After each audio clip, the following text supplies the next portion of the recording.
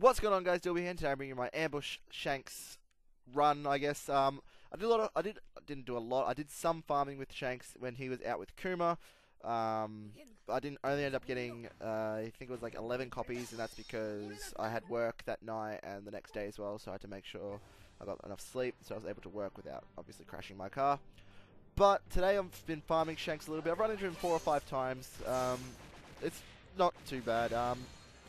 The team I'm using is a double time skip Luffy team, which is with Sabo, Senior Pink, Ivankov, and the necessary Nami. We'll get around to why she's so necessary later on in the video.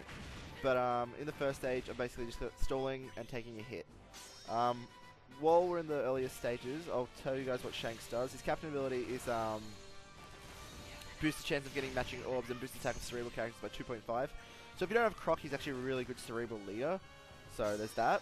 And then his special is amazing. Makes time skip Luffy teams so good. He goes above and beyond. He reduces paralysis duration by 3 turns for cerebral and free spirit characters. Amplifies the effects of orbs by 2 times for 1 turn. And makes recovery and tandem orbs beneficial to cerebral and free spirit characters for 1 turn. So the only orbs that are negative, if they're not exactly matching, are int or strength, because you've got the combination of Shanks and time skip Luffy, which will give you a full board of matching orbs, which is awesome. And when Brook comes out later, we'll have the dream team. So I highly recommend farming this guy if you can, because he's just such a good unit. So other teams you can use, obviously, Blackbeard, because of all the barriers and stuff, and he does ignore defense buffs, as well as great barriers and perfect barriers. Croc, just a lot of damage output, and Fuji is always good for the invasions. I decided to use Sabo over Boa for this particular one, mainly because that it just makes a null so much faster to run if I have Sabo, and I still take Shanks out in 2 turns, other than if I had Boa on the team it would be 1, but it's not that much difference. So either or, you can do one or the other. It just depends on how fast you want to run, and now before you want to run Shanks. Okay, now we get into more difficult stages. I've used many different teams, and this was always the stage that was my downfalls. It just depended on how much damage I take in this stage, and with this team, I can take a fair amount of damage in this room and still have plenty of health for Shanks, as you'll see by the specials that I use. What I've noted, and what a few of my friends have noted from Invasion Shanks that is different from Invasion Whitebeard, is the skull drops are way more frequent, which is amazing for you guys still looking to drop your skulls. I know a lot of people haven't had them because the drop rates were so low in Invasion Whitebeard. So from here, I just use a Luffy special just so I can 100% take out Lucky Uru, and then have a bit of a power boost to take out Ben Beckman, because he can be troublesome with since there is no strength unit on the team, and also the blinding is a bit of a pain. I usually listen to the sound to try and time my taps, but with my recording software, the sound goes directly into my computer and delays it.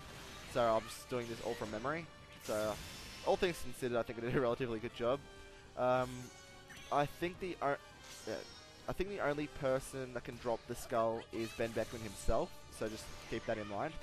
I used a Ivankov special here because I knew I wasn't going to be able to take out all of the guys in the back as well, and I didn't want them to do too much damage to me, or else I will lose against Shanks. So I take a hit from these guys twice, but I think it doesn't really matter how many hits you take from them, as long as you do have the defensive shield up, and as long as you've got the HP for it as well. So there you go, there's the next hit. They don't do too much, especially with the damage reductions. I'm just going to use the rest of our units to take him out and move on to Shanks.